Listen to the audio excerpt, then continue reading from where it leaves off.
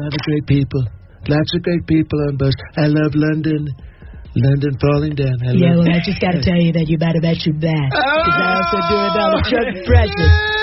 Jamie Foxx, the greatest Fox in the world is. Great guy. Yes. Do you have the yell? Tell her to get there. You gotta get the yell. They tried to give me the virus. You know what he does there? I beat the virus. They tried to give me. You know that. He just turns into people. He just turns into people. That is so good. I love her. Have you ever seen his She's rock? African. I love her hair. Can we? She's African. I love this. I love this. I love his sweater. He's got a great sweater. He's got a great. Excuse me. Excuse me. Excuse me. They tried to give me the virus. Honestly, if anyone could make Trump consider legal action over an impression, it's Jamie Foxx. The man didn't just mimic him, he became him, like a method actor trapped in a reality show. Between the pursed lips, the hand gestures that look like he's explaining how to fold a fitted sheet, and the perfectly timed pauses before dropping a tremendous or a disaster, Fox's impression was chef's kiss perfection. And let's be real, Trump might not sue, but he's definitely fuming. Maybe he'll hop on Truth Social to declare Jamie overrated, or claim he was the one who actually taught Foxx how to act. Either way, this impression isn't just living rent-free in our heads. It's got a penthouse suite in Trump's, too. Well, I'm going with the experts. I happen to think, we're doing more testing than anybody in the world by far. I think second is India with 12 million. We're going to be at over 50 million tests this weekend. And to me, every time you test, you find a case, and, it gets reported in the news we found more cases. If instead of 50, we did 25, we'd have half the number of cases. So I personally think it's over. Jamie Foxx didn't just do a Trump impression, he practically summoned him.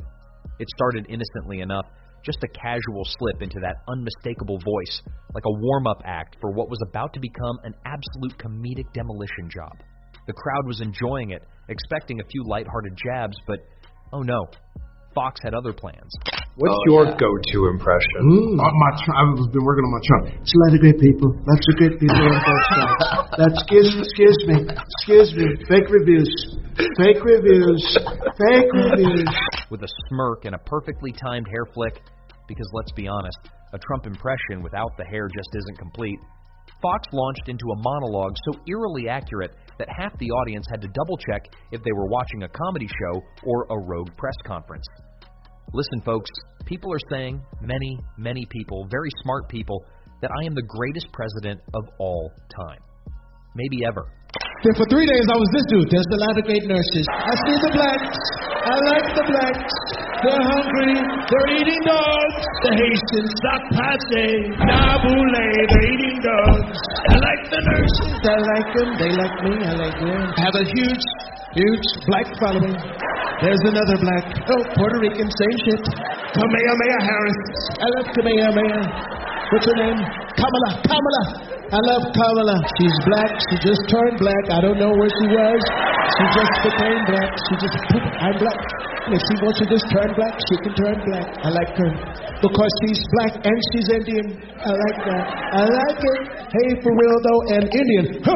Some say Lincoln, but he didn't have hotels. Sad. The audience erupted.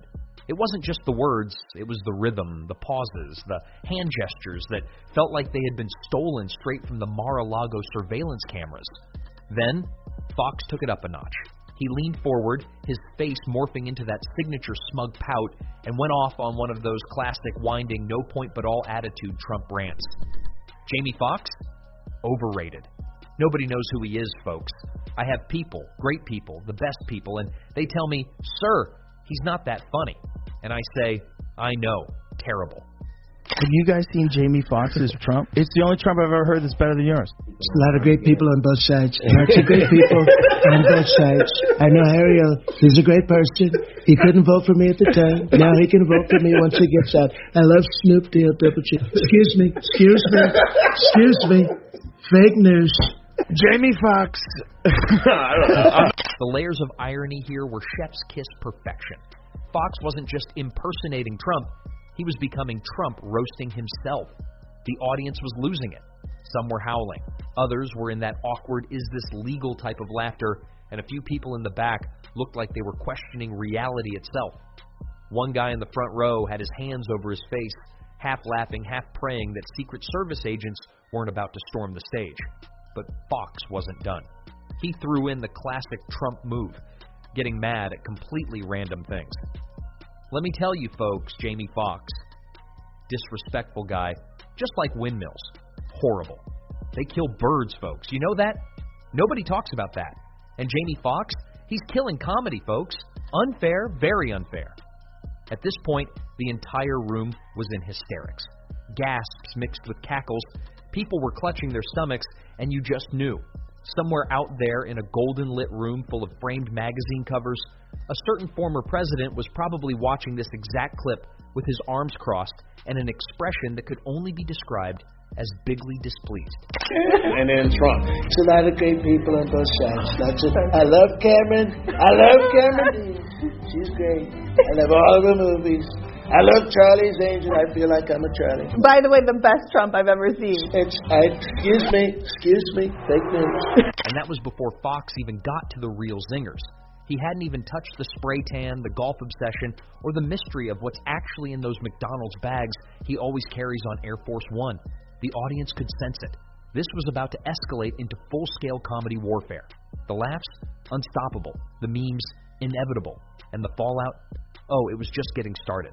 It wasn't just an impression, it was possession. The second Jamie Foxx slipped into that Trump voice, reality itself seemed to glitch. His hands immediately started doing the moves, you know, the ones, where one hand pinches the air like it's holding an invisible tic-tac, and the other chops through space as if it's personally fighting off the fake news. And the voice? Uncanny. It wasn't just the sound, it was the cadence. That weird up-and-down sing-song rhythm that makes every sentence sound like he's either announcing a reality show winner or explaining why windmills are a threat to democracy. Foxx had it down. Listen, folks, nobody does impressions better than me, okay? But Jamie Foxx? Some say he's the greatest of all time. Many people, very smart people, are saying this. The audience was wheezing. Hello, everybody. My first day at McDonald's. I'm looking for a job. So, if you don't mind, I want to work the French fry counter. I love salt. Wait a minute, I spilled some. I'm very superstitious. You take it for granted. You say, give me French fries.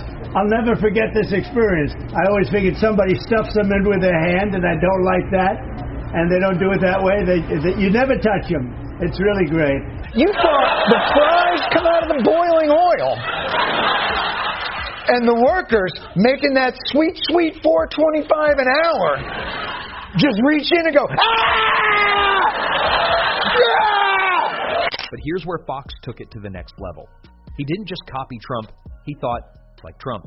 He improvised entire rants with the kind of chaotic logic that felt too real. It was the perfect mix of confidence and nonsense. They say I lost the election, folks, but did you see the votes? Beautiful votes, tremendous votes, some of the best numbers. And let me tell you, Jamie Foxx, he knows it, okay? He knows it. People weren't just laughing, they were concerned. The accuracy was unsettling. At one point, Foxx went so deep into the character that you could practically hear the room second-guessing whether or not they had just time-traveled into an alternate universe where Trump moonlights as a stand-up comedian. And then, of course, came the classic Trump tangents.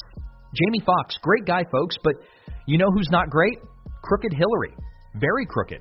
And Sleepy Joe, worst sleeper I've ever seen. Just terrible. So Marco Rubio is now kind of a candidate on the rise. Some people are saying he's like Barack Obama. He actually compared you to Barack Obama at one point and said he said that like Barack Obama, you're not dignified or worthy of the office that you're seeking. He said we have a president now with no class. I'm just wondering what you think the comparison. Was he the one that said that? What do you think of the comparison on issues and leadership? I think he's highly overrated. I think he's an overrated person. Foxx didn't just mimic Trump's voice. He channeled the entire chaotic energy that comes with it. The weird emphasis on random words, the unnecessary beefs with people who weren't even in the conversation, and the absolute confidence in statements that made zero sense. And let's talk about the look. Foxx had the pout, the squint, the confused but pretending not to be confused expression. He even perfected the way Trump stands. leaning forward slightly like he's trying to see his poll numbers in the distance. At this point, the audience was fully unhinged.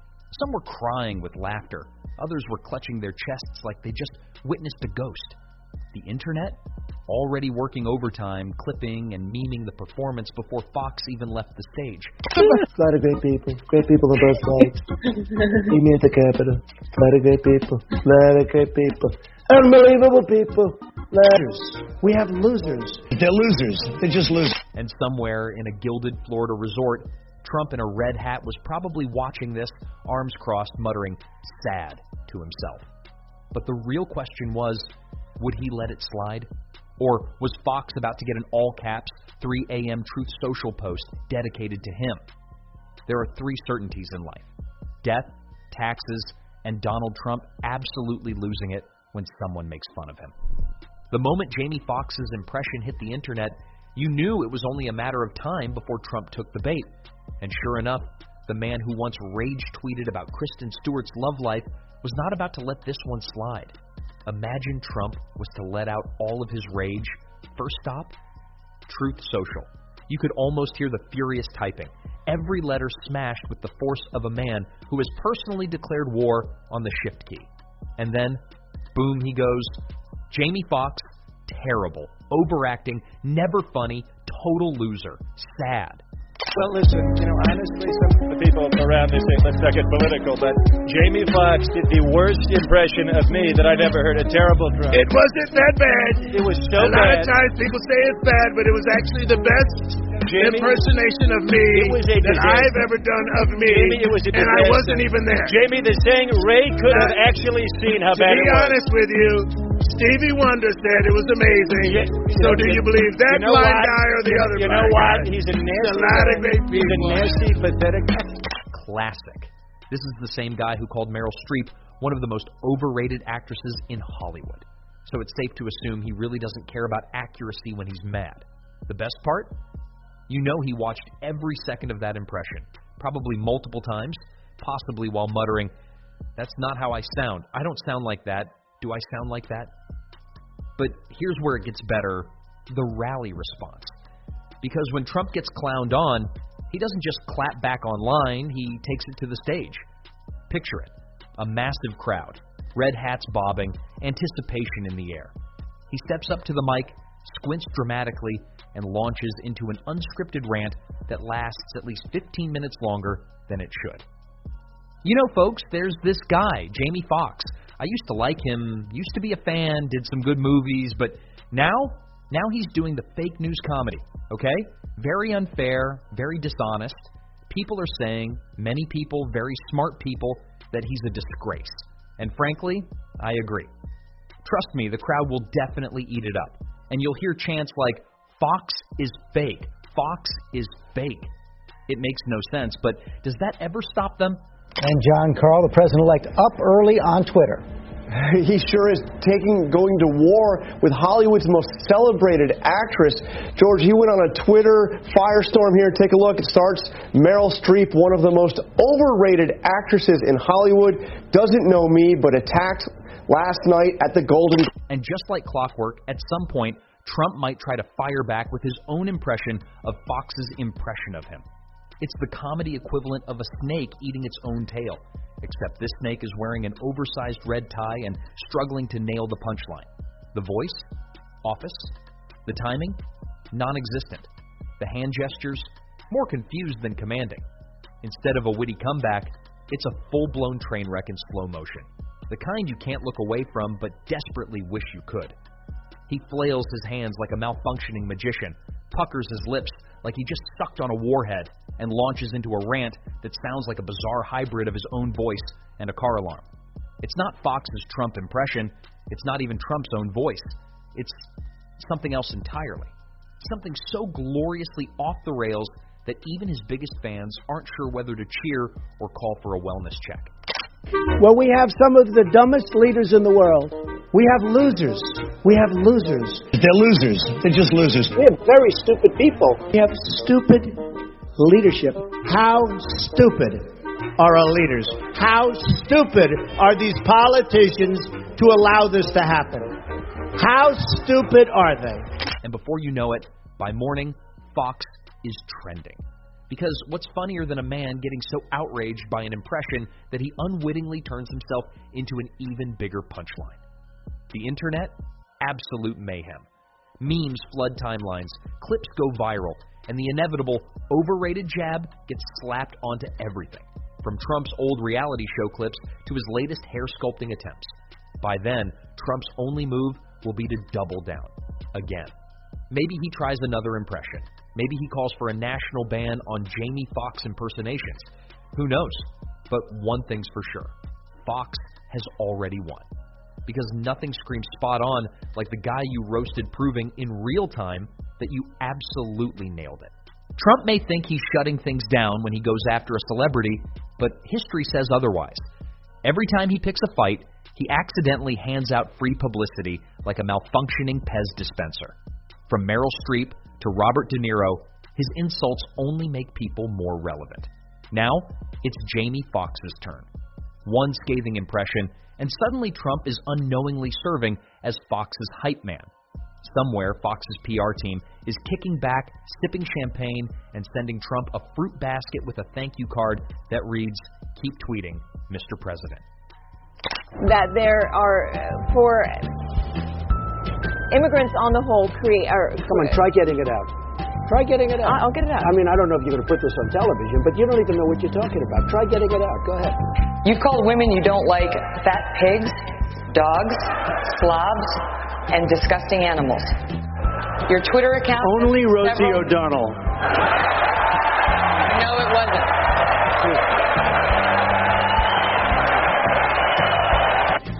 I never attacked him on his look, and believe me, there's plenty of subject matter right there. That I can tell you. But Jake, I want to give... They came to me, the press, these people. Look at all those cameras back there. The press came to me, and they told me that he said he would not pay for the wall. Do you have a comment? I said, yes. The wall just got 10 feet tall. This is the Streisand effect at its finest. The moment Trump reacts, be it an all-caps meltdown on Truth Social or a rambling rally rant about washed-up Hollywood types, he ensures Foxx's impression gets played on a loop. Late-night hosts will feast on it. Social media will turn it into an audio clip for every TikTok trend. Memes will be generated at an industrial rate. By the time Trump finishes venting, half the country will be quoting Foxx's impression word for word. And let's be honest, this could be career rocket fuel for Foxx. What starts as a viral comedy bit could easily land him a new stand-up special, a recurring SNL guest spot, or even a satirical role in a blockbuster. Can you imagine a political comedy where Foxx plays a larger-than-life ex-president? Hollywood executives are already drafting contracts, whispering, "This man is gold." Meanwhile, Trump is unknowingly writing Foxx's next career milestone with every insult. At this point, Foxx should send Trump a commission check. Because, like it or not, Trump just turned Jamie's impression into a cultural moment. The more he fumes, the bigger Foxx's influence grows. And that's the irony of the Trump effect. He doesn't just lose feuds, he supercharges his opponents. By the time this all blows over, Foxx won't just be known for his movies and music. He'll be the guy who made Trump rant so hard he nearly broke his own social media app.